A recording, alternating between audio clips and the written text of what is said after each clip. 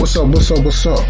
Welcome to the Sports Sidebar Podcast. You're tuned in with your boy Rich, and I'm here with my buddies Tom and JD, and we're about to get this thing started. Let's go.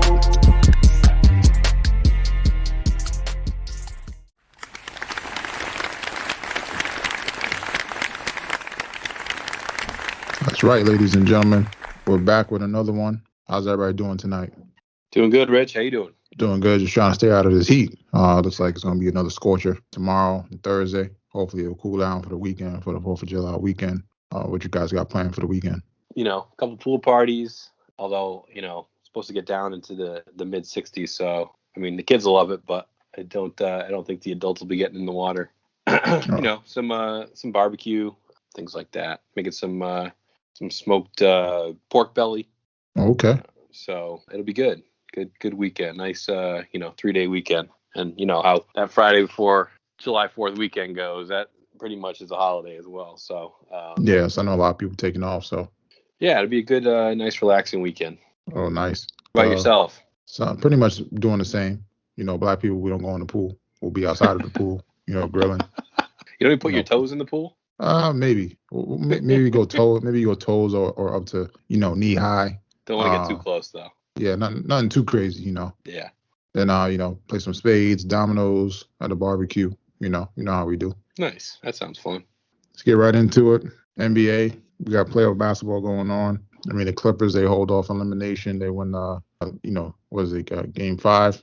Series is now 3-2. You think the Clippers can make a push to 7 games or try to win it, or think they're pretty much done?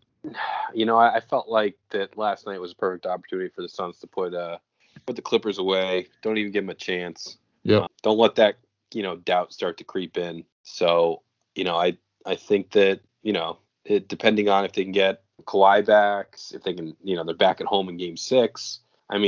It's just everything here is pointing to a Game 7 in Phoenix. And everything's been so mum on Kawhi. He could come back tomorrow night and play. I just feel like no one really knows what's going to happen. But yeah, I felt like it was a big missed opportunity last night for Phoenix to close them out. Yeah, I was wondering why. I felt like they should have went towards Ayton a lot more when the Clippers went to that small ball lineup. Mm-hmm. I don't know if Ayton wasn't being more aggressive, or he didn't really have a lot of rebounds compared to the previous games. But they weren't really going to him. Like he had a bunch of mismatch opportunities where he had Beverly on him at some times, and they didn't even throw him the ball. I don't know if he was just letting Beverly, box him out where he couldn't even get it. So I don't know if he just wasn't aggressive enough, or they just weren't even trying to call plays for him. But it's going to be interesting to see. All the pressure is pretty much back on Phoenix now. The Clippers are playing with nothing to lose at this point because they have no Kawhi, so they're not even really expected to win the series. So. Yeah. I think all the pressure's on Phoenix, like you said. They have you don't want to get down to the third game for elimination, but they have 3 opportunities. I felt like they blew the first one, and we'll see how it goes in LA tomorrow night. Oh yeah, well it's gonna be a great series. Even we got the Atlanta and Milwaukee series. Milwaukee took control of the series. They're up 2-1. Right now they're down by 5 to Atlanta, playing them at home. No Trae Young tonight. Yeah. That's the thing. The Hawks actually beat Milwaukee without Trae Young during the season. But their leading scorer was Hunter, but he's not out. He's out tonight. So it's gonna be interesting to see who steps up. But I think Milwaukee's this is the year that they should win it, being the talent what they have and who's left in the field. But it would be tragic if they don't. Yeah, I would tend to agree with you here. I think this is where if Giannis wants to reach that next level of status, they have no reason not to make a push for it this year. Oh yeah, because if he doesn't win this year, he's gonna have to deal with a healthy Brooklyn next year, a healthy Miami. The Lakers. Yeah, it's gonna be next year's gonna be a lot harder. The return of Golden State. Yep. Yeah, depending on where Dame goes. So. Yep. Yeah, and I don't think you have to apologize for the way things break, but I think that you also have to take advantage when things start to break your way a little bit here, and I think Milwaukee needs to do that, starting with disposing of the Hawks, the beat up Hawks, although Cam Reddish is back, playing some more minutes. I know he's kind of getting healthier, but you're right. No Hunter. Bogdanovich hasn't really, looked like himself since he hurt his knee. Mm-hmm. And again, no Trae Young. So Milwaukee needs, in my mind, needs to win tonight and just close out in Game 5 and move on. Oh yeah, but I mean, they have that tendency to not show up when they're playing away. So it's gonna be interesting to see if they can steal an away game. I don't think they really won many away games this season. So no, they typically don't play well away from home. But again, we talked about it, but just taking advantage of the injuries and being able to steal 2 games on the road is what they need to do.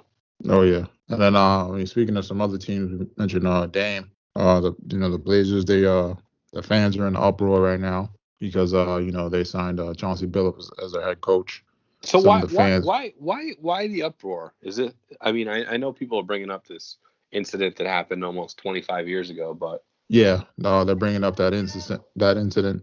Some people were talking about because when they asked Dame about who would he like to have as a coach, Chauncey was one of the names he brought up, and then the fans were like, I guess, upset that he wants him as a coach, being he had that incident, but But Dame was like, that happened yeah, 25 years ago, and honestly, like were the Clippers fans up in roar when he or up in arms when he was working over there? I mean, like this isn't like something people don't know about.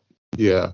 But it seemed like the fans went after Dame about it. But he was like, I don't understand why you guys are mad at me for something that happened when I was like 7 or 8 years old that I don't remember. Yeah, again, they shouldn't be mad at him either. I mean, yeah, I think that this is all kind of silly, to be honest. I mean, he obviously did something wrong. He's, paid the price and he's learned from it. I mean, he was a young kid too. Yeah, I mean, he was like 21 at the time, Mm-hmm. fresh out of the draft, rookie year. But I mean, I think Dame took it personal with some of the Portland fans going at him, being what he brings to the city and how hard he plays. So he might be trying to get up out of there. So if he leaves, where do you think he goes? Who do you think's the top I don't know, in man. the running? In the running, I mean, if you look at some of the teams, there's a few teams. So there was, I had to do my NBA trade calculator, figure out some things. I mean, some of the teams that had the best assets would probably be the Pelicans. That would be one. Another one would be they actually brought up Golden State. That would be scary, dangerous. If that were to happen. Being they would just give up. So if Golden State did it, they would just give up their 7th and 14th pick plus Wiseman, and then like Wiggins, and then I don't know if they're giving up Oubre or somebody else, but it would work. The Pelicans would have to give up BI, their 10th pick this year, and then I think a few other young players they got on the staff.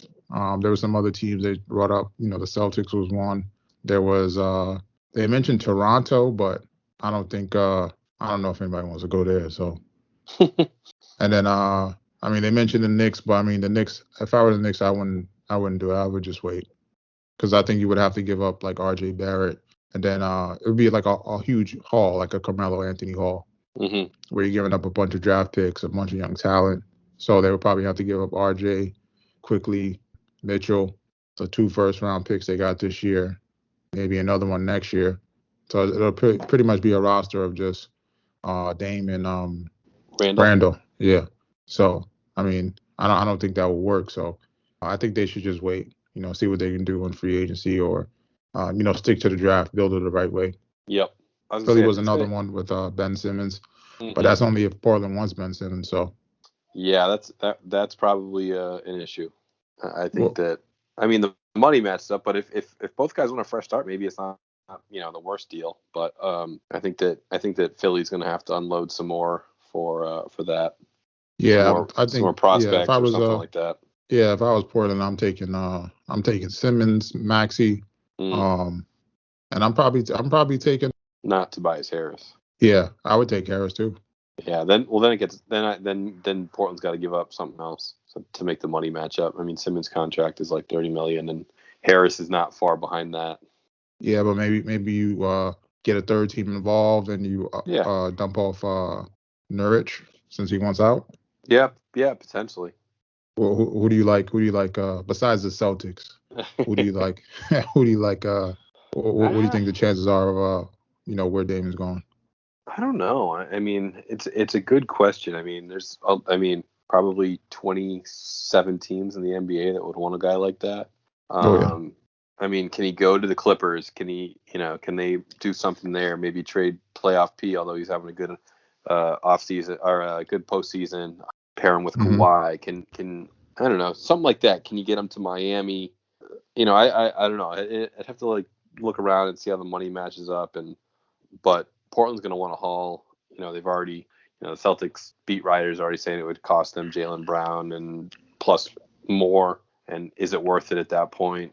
I don't know. It's a good question. I mean, you gotta look at who you're pairing them with and what you're getting rid of. And Dame, I think, is what, 29, 28, something like that. Yeah. I mean, he's still got another 5, 6 years left. Yeah, yeah, yeah. So you just gotta, figure out how that money matches up and who he fits best in. But I would guarantee that pretty much everyone in the NBA would take him on their team. So if you're not calling, if he becomes available and you're not calling and asking about him, you're not doing your job as a GM. Yeah, I think that's like I said, even as the Knicks, you got to call to find out. Yeah, Shit, just to see what people are offering, just to see what you can throw in there. yeah, Because there might be other players you can get because they might be trying to if he leaves, maybe everybody else leaves. So maybe you can get Cullum for cheap or yeah, um exactly. somebody else. So Yeah, I think you got to call, and maybe it doesn't end up costing you as much as you would think, and maybe that Dame's pushing ownership or the management team to go somewhere he wants to. So maybe without them you know laying their cards on the table, maybe he's like, hey, I want to go to New York. If they call, that's where I want to go, right? So oh maybe yeah, they take off a little less. The Knicks take give a little less up to get him, something like that. I don't know, but I think you got to call, and oh and like yeah, you said, if it's not Dame, maybe it's McCollum, maybe it's Nurkic. Um, see what's out there, right? Do your job. oh yeah. So I mean, we're gonna have to wait and see. It's gonna be interesting. A spicy off season. Oh, it's definitely gonna be a spicy off season. But then we got some other new NBA coaches being Mm-hmm. hired besides Chauncey. You got Rick Carlisle back in Indiana. And then we got your boy Jason Kidd, man. He went to the Mavericks, man. Got another coaching job. I don't know how he does it, man. It's pretty unbelievable at this point. I don't know. I don't know how many times people got to see him coaching. Uh, yeah, I mean, that's all gonna, I think, hinge on the relationship with Luca. If they start butting heads, I could see a quick exit for Kidd. If they get along well and they're cohesive, he could be there all 4 years. Don't necessarily love the hire, but hoping that Cuban did talk to Luca about it before they made the deal. Yeah, I hope he did. It's gonna be interesting to see what people try to go there to play with him. Now that he's the coach there as well, because there were some players that wanted out, like Porzingis, and it's gonna be interesting to see what they do with him. If they can move him, where they can move him. Yeah, and or is it something where Porzingis wanted out because he didn't like playing for Rick Carlisle? Hmm. I just think he struggles to fit into that system a little bit. But I don't really know what or if Jason Kidd has a system. But if he fits into that, maybe he doesn't want to go. Yeah, we're just gonna wait and see. The pieces, what they can do to help Luka out, and then who's looking to go there. Yeah, yeah, for sure. How'd you like the Celtics pick for coach? Oh yeah, I like the pick for their coach. He was in the running to get some head coaching spots last year. Mm-hmm. I mean, he comes from that Spurs system, so he's going to bring a lot of knowledge to Spur like basketball to the Celtics. I mean, he put out that tweet about not having enough assists, which is interesting. It's going to be interesting to see what type of scheme he puts up with those guys. Whether if they're going to go out to get a point guard that can facilitate more, or if they're just going to be a team that passes the ball more. It's going to be interesting. I really want to see what he does with Tatum and Brown, if both of them are on the team. What kind of positions he puts them in to score, or even develop as a player. Yeah, no, I agree. I think that, these guys can talk the talk, but let's see what he can do when it comes to nut cutting time, right? I mean, he obviously, everyone saw it last year. They need to be able to move the ball better, and he already basically called the team out for that. Being 27th in assists last year. They got to get away from the one-on-one basketball. So yeah, I kind of want to see what kind of system he brings in. He's got to be tough on these guys, I think, and he already kind of realizes that. But I think it was a kind of a good hire from Brad. I think that they needed some new leadership in there, and they needed new voice. just a new voice. Yeah.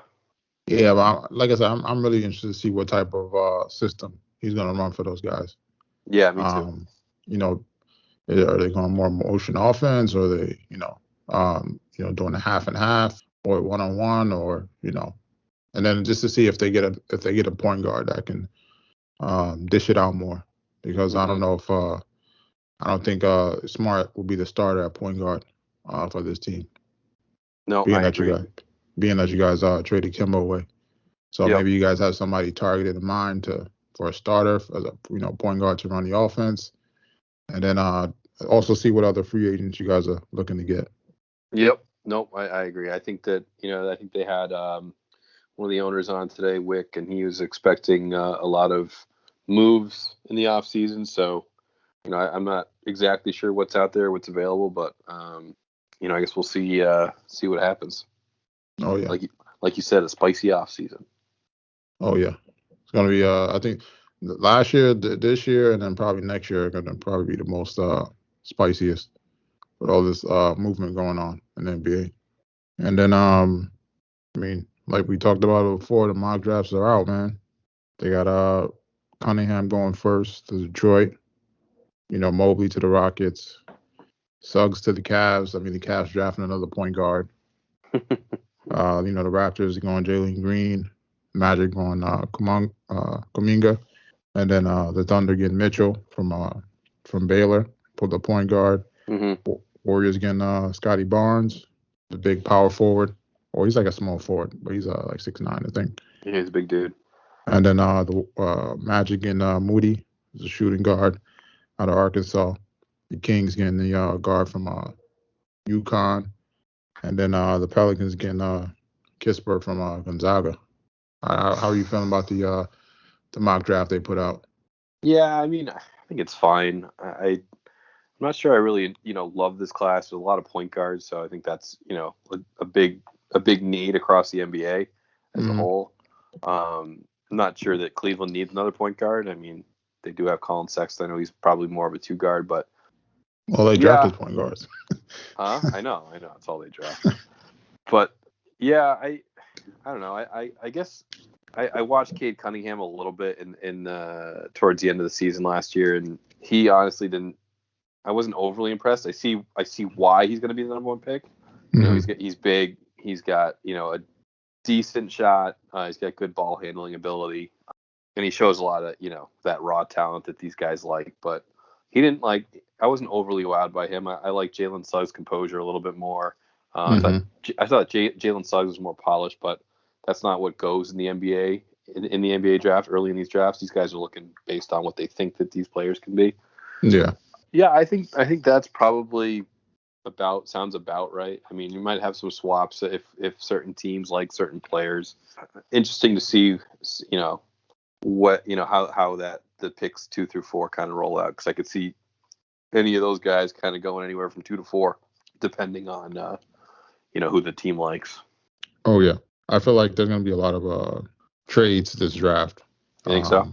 A lot of player movement, because there's a lot of teams that have 2 picks that they might be looking to jump up and get the guy they want the most, depending on what happens after number 3, or if the Cavs are looking to move down because they need players. They pretty much are in a rebuild, so they need as much talent as possible. And then there's some other teams like Golden State with two picks. I mean, there's rumors they're looking to get another role player or star to move those picks. So maybe they're looking for a quick fix to get back into the finals. rather than to build long term. So I mean, we're gonna have to wait and see. Yes, we will. And on to the NFL. I mean, not much to cover. Carl Neeson came out. One of the Raiders players came out as a openly gay player. I'm sure he's not the only one in the NFL that is, but took a lot of courage for him to come out and do that. Mm-hmm. It's gonna be interesting to see, what else follows. A lot of the players were backing him, which was great. So I'm sure there's other players out there that'll come out eventually, or maybe they don't. You never know. Yeah, I think yeah, like you said, I think hopefully this opens it up for other people that are concerned about what their teammates will think or what the locker room will think. I think people, I know that these locker rooms tend to be very masculine, but Mm-hmm. I just think that people are well, I like to think that people are a lot more accepting of different lifestyles, and that doesn't matter whether he likes men, women, or whatever. It's can the guy come in, be a good teammate, play football? That's what we're here to do, right? And is he a good person? And from everything that everyone's saying, it seems like he is obviously a good player. So, yeah, I think that was, like you said, it took a lot of courage, but I think that, this day and age, we shouldn't be afraid. People shouldn't be afraid to do this. Oh yeah, like I said, I mean, I think we're at a time, that people are starting to realize, what's on the outside, or who you like, or who you don't like, as far as your preferred gender really shouldn't matter as long as you're a good person, Yep. and you're doing what's right. Yep. I 100% agree. And then on other news in NFL, I mean, the Steelers lose another offensive tackle, a Pro Bowler, David DeCastro. Then they cut him. I guess they're revamping that whole offensive line, but I don't know what that's going to do for Ben. Yeah, I mean I feel like this has been a strong suit the whole time that Ben's been in Pittsburgh, is they've always seemed to have a really strong offensive line. Going back to Alan Faneca, obviously Mike Pouncey at center, DeCastro, Villanueva. I mean, they've had just like big, tough guys that played every week. So having Pouncey retire, getting rid of Villanueva, DeCastro getting cut. I know that they're in cap issues, but if Ben doesn't have the protection there, he's going to struggle. Yeah, and he's gonna have a lot of turnovers.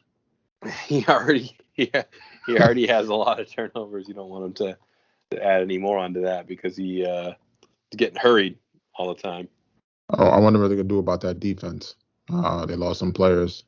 I mean, you got a few players coming back, but it's gonna be interesting to see, what type of offense they run, because especially if that O line is not blocking. Mm-hmm. Yeah, I mean, it's for all these moves and whatnot. I feel like Pittsburgh always seems to put something together. They don't usually go in the tank. I think the worst season they've had it with Ben and Tomlin, it's like 8-8. So what can they do to survive next year? Maybe they can get to 8-8, 9-7, or well, now it would be like 9-8, 10-7, something like that. I still think that they're going to be a factor. I don't know, man. That division is looking pretty tough. I mean, from the Browns on paper are a lot better, especially on the defensive side of the ball. Mm-hmm. Baltimore got some receivers. We're gonna see how that goes. From what I hear in the Cincinnati, I mean, I heard Joe Burrow and Chase are back at it again. It looks like they're in their college days going wild in practice. He's catching a bunch of touchdowns, so it's gonna be interesting to see. Yeah, it will be. Yeah, still waiting for Aaron Rodgers. I don't know. What's the holdup there? I think they're just waiting to see what they get out of Love. I think they're still evaluating him, because he didn't really play last year at all, because Aaron was running a lot of the first team stuff during practice, on the field. I mean, it's gonna be hard. It's gonna be hard to see, what you got until probably preseason. True. So I mean, it might be a while before Aaron goes. So if he holds his guns and doesn't show up. Yeah, true. Good point. Let's get in the MLB. The Yankees are dead. Like, man, I feel like right when I feel like they're turning a corner, they just have like the worst weekend ever, right? In losing 3 games to the Red Sox, not really anything close. Pitching was terrible. Couldn't hit in clutch spots. It was just like painful. And then, coming back home and losing the first game of the series to the Angels. I know they're winning tonight, but it's just like, man, at what point do you start talking about, Cashman's job and Aaron Boone's job? And I know that, everyone loves Brian Cashman. Like, he put together a lot of good teams, but at some point you got to hold someone responsible here. Yeah, it doesn't seem like he's been able to get them over the hump. They've been favored in a lot of seasons, but just couldn't deliver. Right now they're behind the Blue Jays too. So yeah, and I felt like this year coming in, they might have had some pitching figured out. Pitching hasn't been great. Garrett Cole hasn't been. He started off okay, but it just seems like these last few weeks after this whole, foreign substance issues have come up. A lot of these guys, I don't know if it's in their head now or, I don't know. It's just, it seems weird. A few of these guys just haven't pitched well since then, and he's one of them. Yeah, I mean, that's been the main issue for the past years is the pitching. So yeah, like you said, kind of looks like we were addressing it this year, but then the hitting doesn't show up. So right. It's like just can't win. So I mean, hopefully they can string like we said before, string together some games in the second half after the All-Star break. Maybe they need that little break to sneak in the playoffs and make some noise. Yeah.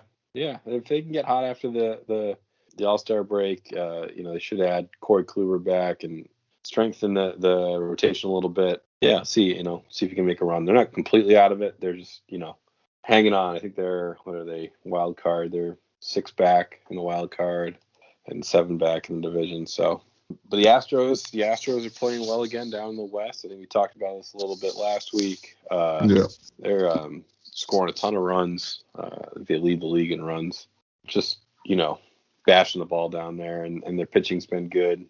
So they're I think they're going to be a tough out in the playoffs no matter what.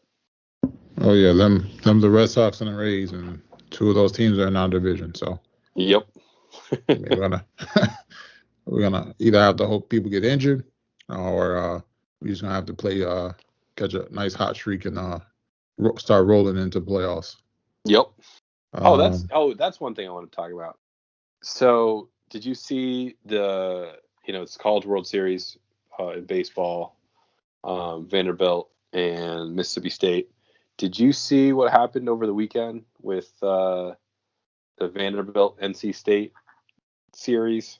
What, when they what was it? They took the player out or something like that? So basically, all the kids on NC State were vaccinated, and they're still testing. Which, whatever. I mean, if that's what they're going to do. So I think they had a couple positives, so they pulled them out. But then they started, pulling the other players out for close contacts, even though they're vaccinated. So NC State on Friday played with 13 players. There was a rain delay in the late game, so they ended up losing. NC State ends up losing the game to Vanderbilt. Late game was Mississippi State, Texas. There's rain delay. So at 2 a.m. Eastern time, the NCAA comes out and says that NC State has to forfeit. Rule to no contest, and Vanderbilt moves on to the final. Why in the world wouldn't they just let those 13? I mean, I'm already kind of like annoyed that they're still testing these kids at this point. But even so, you got 25,000 fans in the stands. They're bragging online about how many people they have in the stands. No one's wearing a mask, so you're testing these kids that are playing, and the max they're going to be playing through is through tomorrow. Like, first of all, what are you doing testing them? Second of all, if you're going to test them and then, rule out all these players, why not let them play with the 13 players again? And just, granted it would have been a small hope, but why, just end their season like that? It just seems I'm kind of over the NCAA. Yeah, I mean, I was gonna be interested to see if that happens in basketball, to see if a team gets shut down because I think they let them. If you have 8 players, you're good to go. So it's gonna be interesting if that happens to a team and a team has 8 players, if they call it or let them play, being that it's more money in basketball or football. I mean, why not just let them play? I don't understand. Like, if they think that they can play with 8 players, let them play. If NC State thinks they can play with 13 players, like those players want to play. They don't want to have it ruled a no contest, especially when you let them play the day before.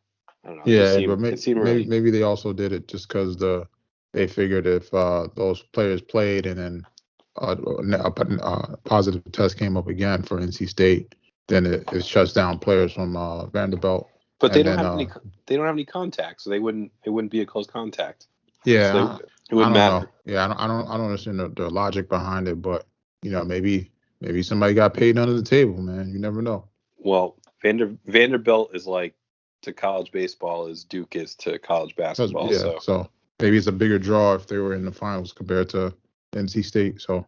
yeah, it just seemed really like a really shitty decision by the NCAA. Again, I don't recall the last time that they made a good decision. I mean, they brought March Madness back. That might be the best decision in a while. So. Fair.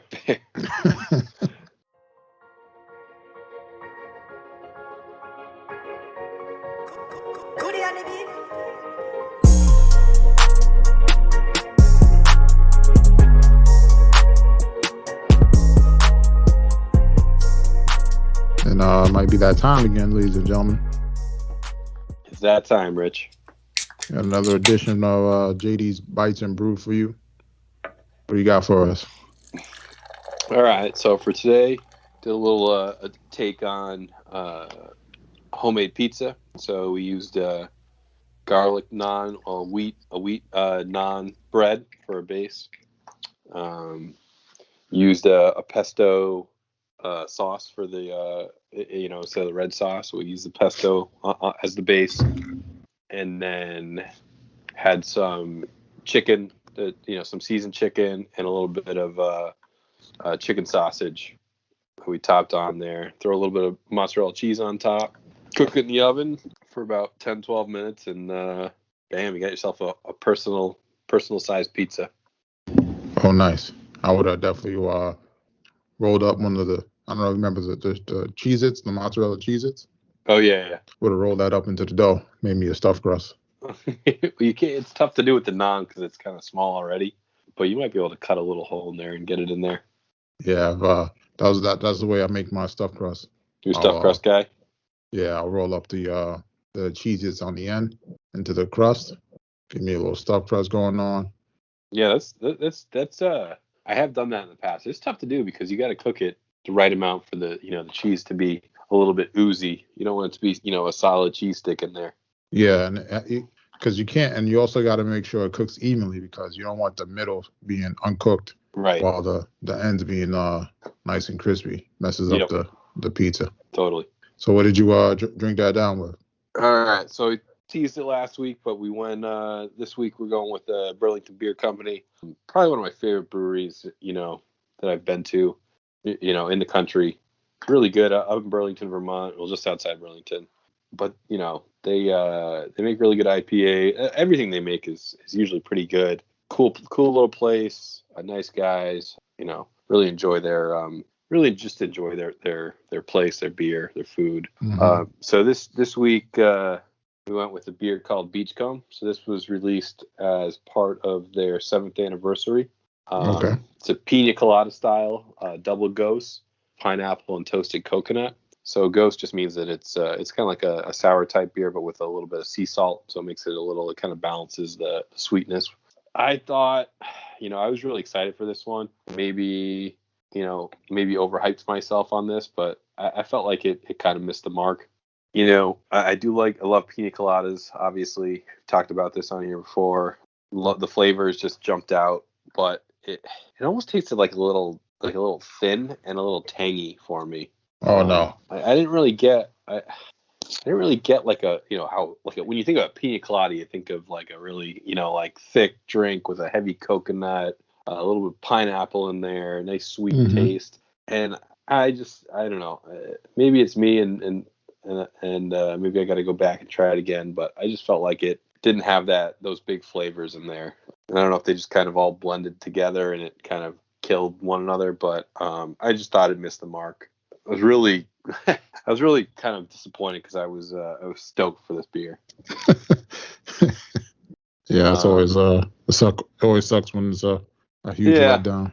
I got 3 more, so I'll try it again. But yeah, first impression was not great. I'd probably give it like a 5.1 out of 10.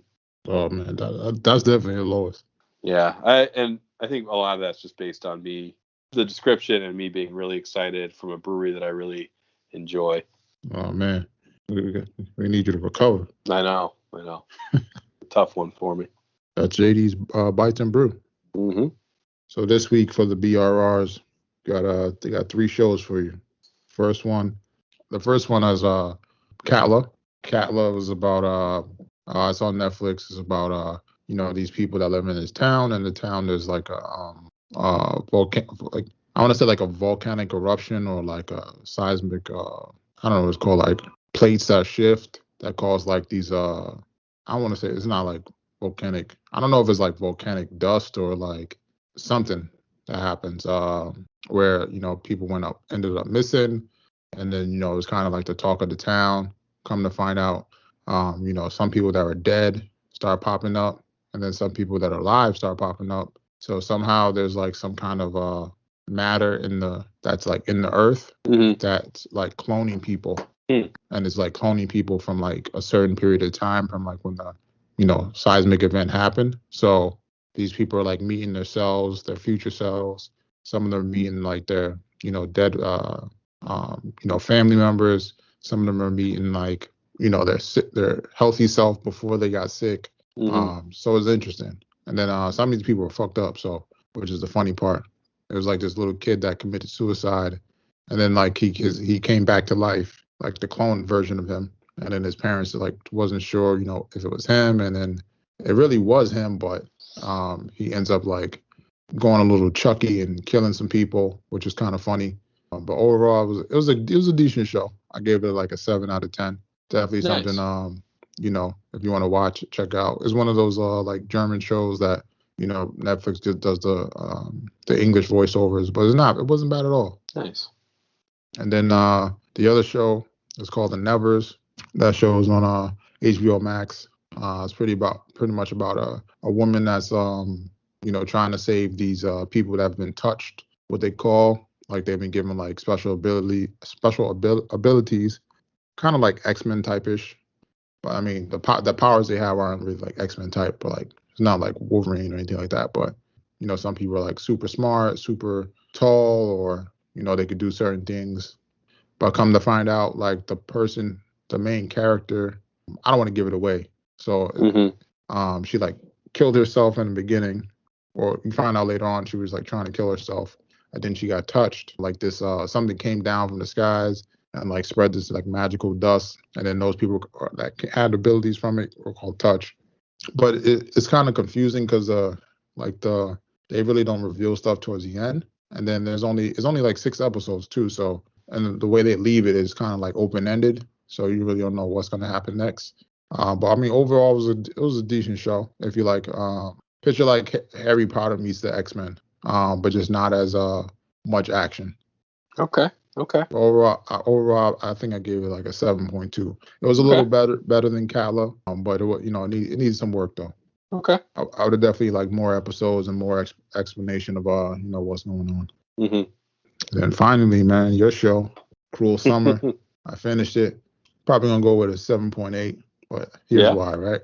So it was a bunch of stuff, right? I couldn't go with a full 8 because I feel like you really can't do another season of it. Yeah. Like I feel like if you did another season of it, it's not gonna be much story behind it, based off how it ended. And then the finale wasn't as great as I thought it should have been.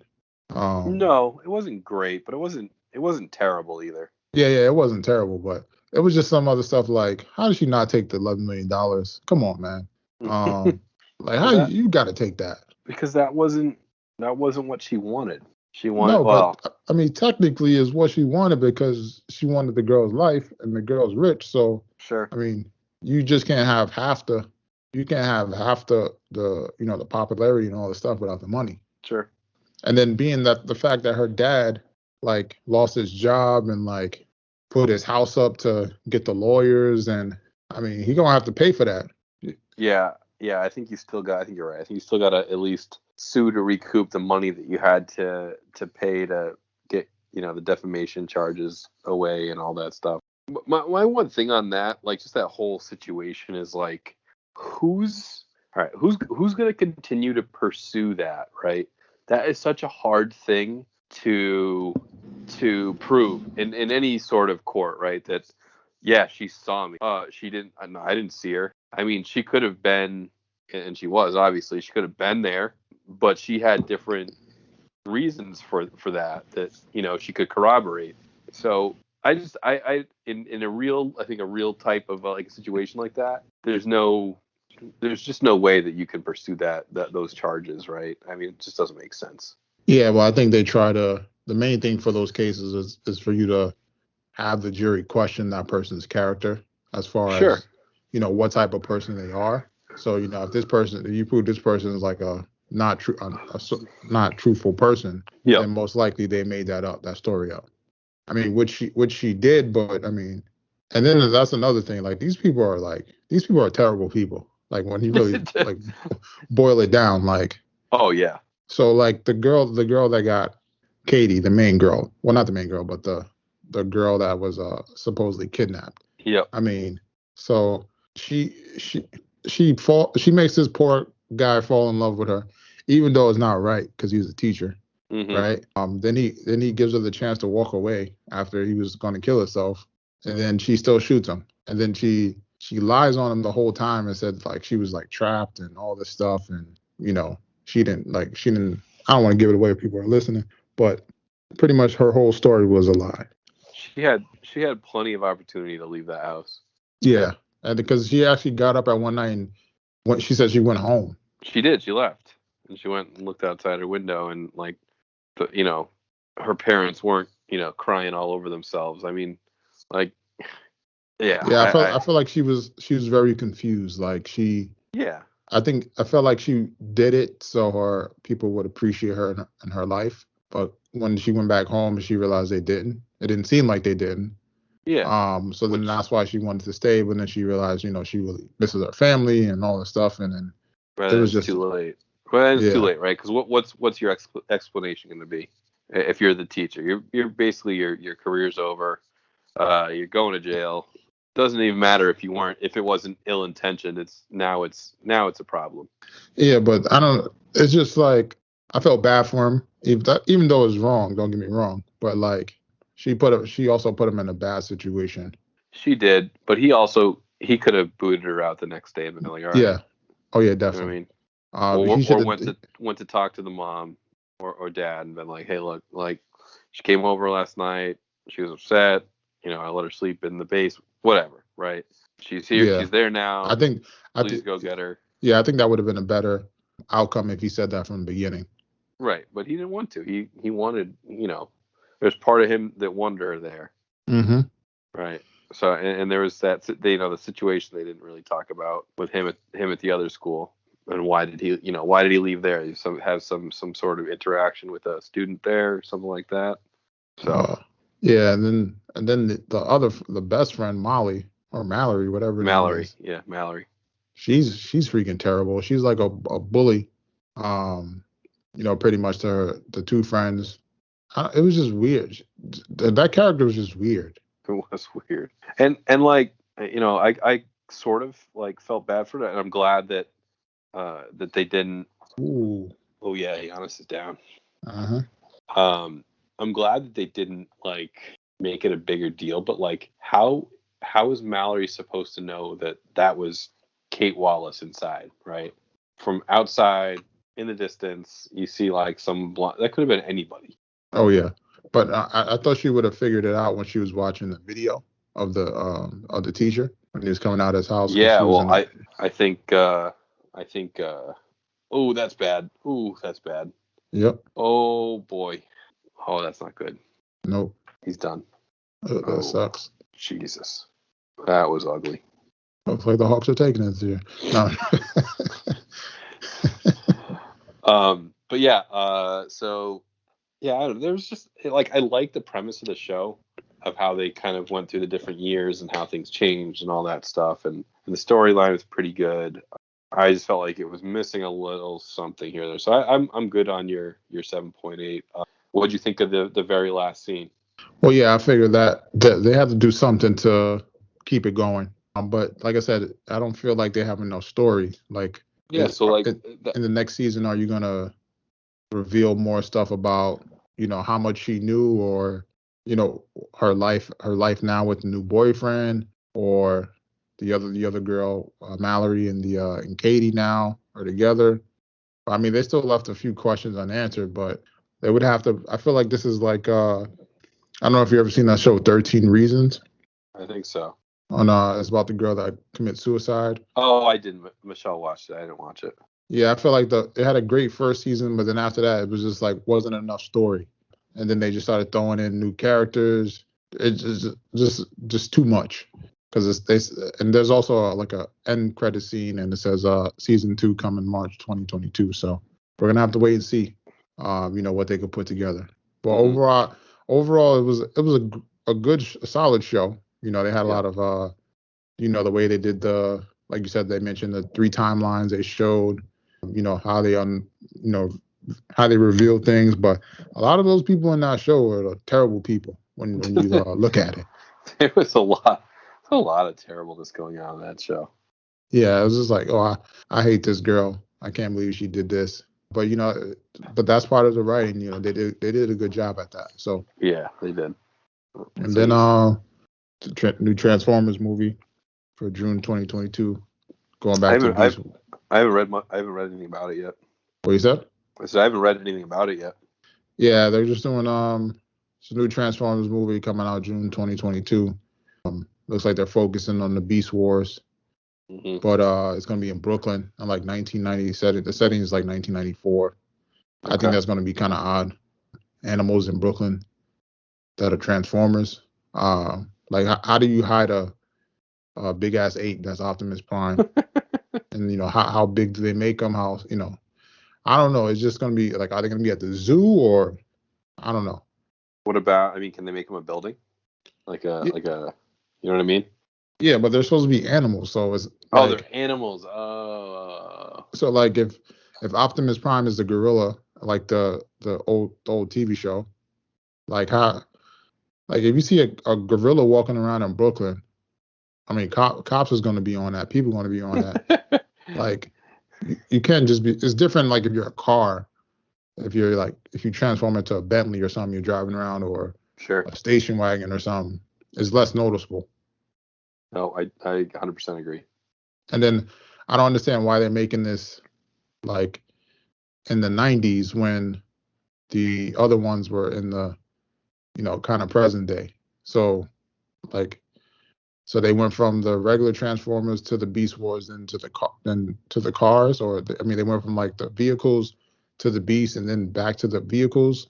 So I mean it's probably gonna be a action packed movie because that's the way they do Sure. the Transformers, but it's gonna be interesting to see what kind of concept they put behind it.